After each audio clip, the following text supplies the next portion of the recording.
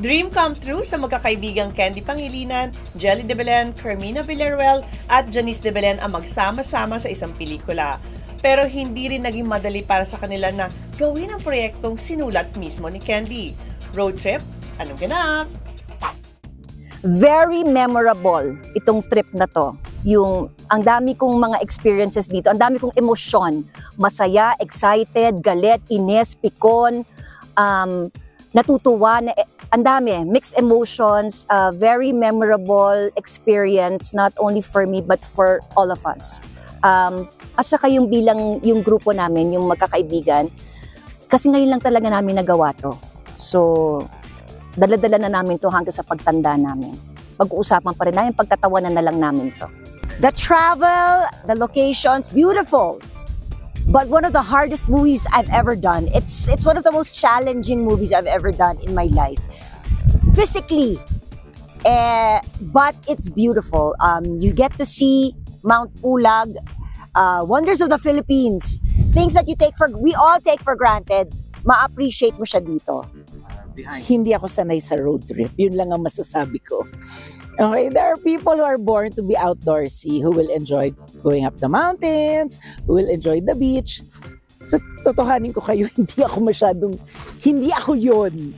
But because it's Candy, it's Jelly, and it's Carmina, diba? Gagawin mo yun. Gagawin mo na sabay-sabay kasi it's an experience that you'll have together. You will not all live with the same feelings, but yung enjoyment and yung trying to go through it together, yun ang pinakamaganda sa lahat.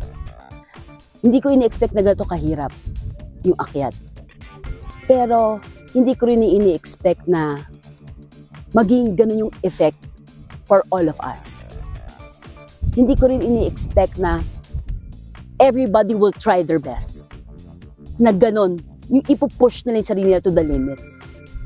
Yun yung mas masakit na nakikita mo yung kaibigan mo nahihirapan. But they were trying. Pero naging madali pa rin naman ang lahat sa tulong ng kaibigang direktor na si Andoy Ranay.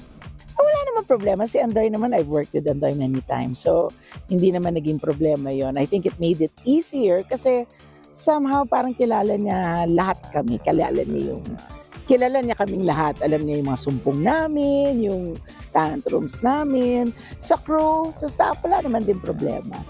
Of course, it was so much fun. Fun because I was working with my bestest friends, my sister, and then another good friend, si Direk. And, I was familiar with everybody here on the set. So, it was fun.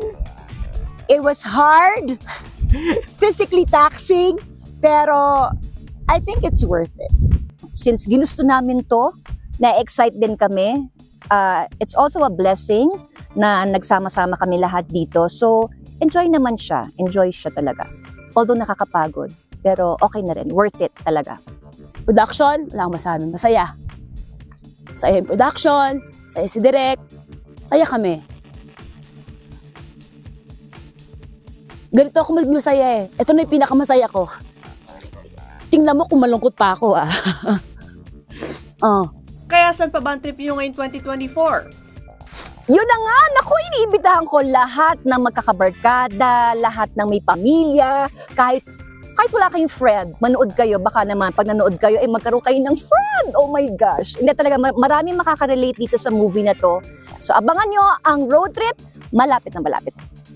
Para sa inyo dyan, alam kong marami kayong friends, marami kayong mahal sa buhay, o kahit wala kayong pinagdadaanan, gusto nyo lang maaliw, please watch Road Trip. Malapit na.